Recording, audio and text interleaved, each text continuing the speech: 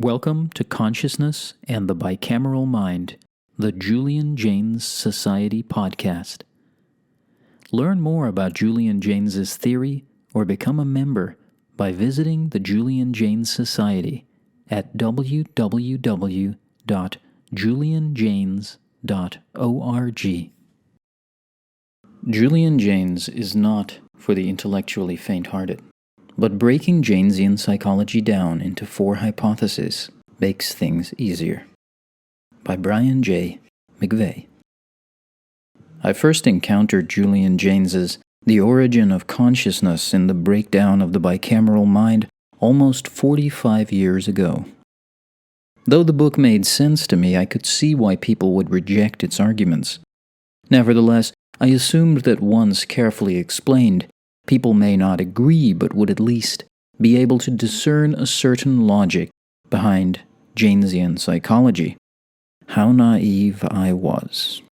It has been an uphill battle, and many years later I am more realistic about convincing others of the validity of Jaynes' arguments.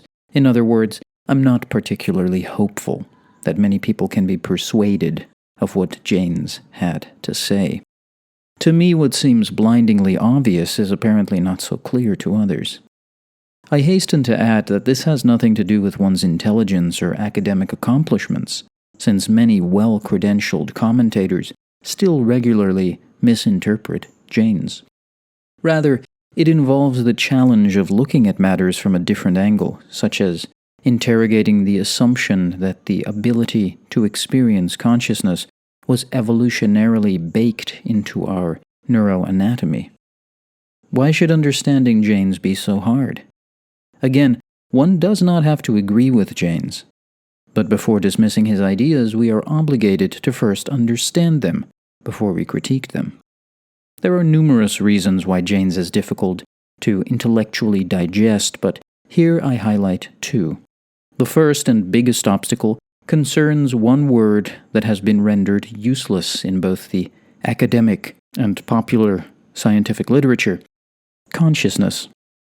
Jaynes clearly defines what he means by this term, but this is apparently neglected for some reason, even by those who claim to have read his book. I will not discuss this issue here as it has been addressed in many other places. I will only point out that Jaynes is easy to give up on if you do not know what he means by the single word consciousness. Another deterrent is the sheer range of topics Jaynes covers.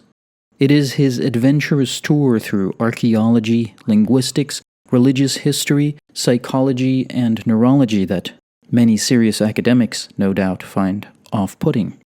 Audaciously delving into so many fields with which presumably the average reader is unfamiliar can be a hindrance.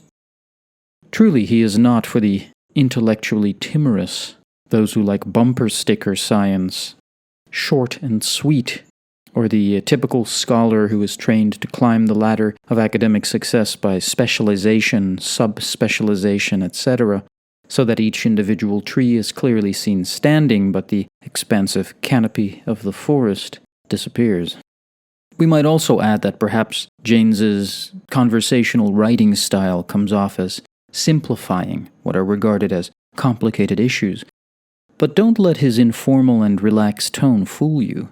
He sets the reader up for startling conclusions driven by a relentless, highly organized line of reasoning, theoretical clarity and coherency, and a boldness of thought rarely matched in much of the scholarly psychological literature.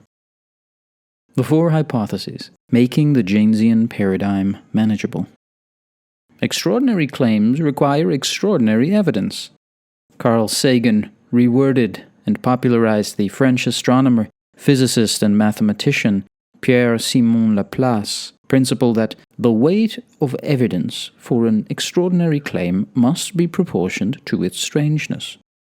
In other words, big theories require big data. But we need to break imposing claims down into manageable propositions, and this is what Jaynes did with his 4 hypotheses. 1. The linguistic construction of consciousness. Subjective, introspectable self-awareness is a learned process based on metaphors. Consciousness, then, is shaped by historical cultural forces and is not the outcome of evolutionary forces. 2. Bicameral mentality, an earlier pre-conscious mentality. Before people learned to be conscious, a different mentality governed their behavior, called bicameral for two-chambered. This mentality generated primary, auditory, but also visual hallucinations that were attributed to supernatural beings. 3. The when of consciousness. Though the transition occurred at different periods in various parts of the world, in most places consciousness emerged around the end of the second millennium BCE. 4. The neurology of the double brain.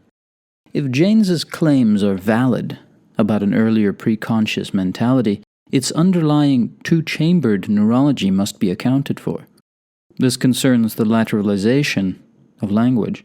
More specifically, the change from a pre-conscious bicameral mentality in which the right hemisphere generated hallucinations to a conscious, unicameral mentality needs to be scientifically explained. These 4 hypotheses are really just the beginning. They can generate sub-hypotheses and then sub-sub-hypotheses that can be tested. As a scientific program, then, Jaynesian psychology can advance by framing smaller hypotheses, formulating theories, and having these empirically analyzed.